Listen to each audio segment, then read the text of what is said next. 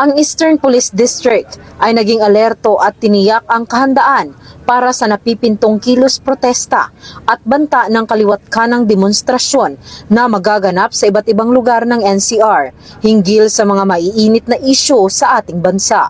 Naging maagap sa paghahanda ang EPD sa pamamagitan ng pagbuo ng Reactionary Standby Support Force o RSSF sa lahat ng himpilan ng pulisya, maging sa district headquarters, lalo na ang Mobile Force Battalion. Tiniyak na ang lahat ng tauhan ay nakahanda at alerto 24 oras para sa anuang tawag ng tungkulin upang mapanatili ang kapayapaan at kaayusan, lalo na sa Metro East. Maging ang mga lugar at kalsada na nasasakupan ng EPD ay tiniyak na maigting ang police visibility at presence ng mga pulis sa pamamagitan ng pagpapatrolya, checkpoint at iba pang anti-criminality efforts. Hinikayat naman ng EPD District Director, Police Brigadier General Aden Tupas Lagradante ang publiko na maging mahinahon at maingat sa mga pagsali sa mga iligal na kilos protesta na makapagdudulot lamang ng gulo at abala sa ating kapwa. Gayunpaman, pinaiiral pa din ang batas sa mga lalabag dito,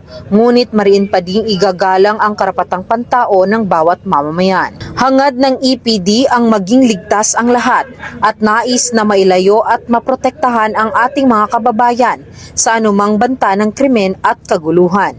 Hangad ng Eastern Police District ang kaligtasan ng bawat mamamayan. Ako po ang inyong Police News Network Correspondent, Patrol Woman Jenny Dolor, alagad ng batas, tagataguyod ng Balitang Pulis.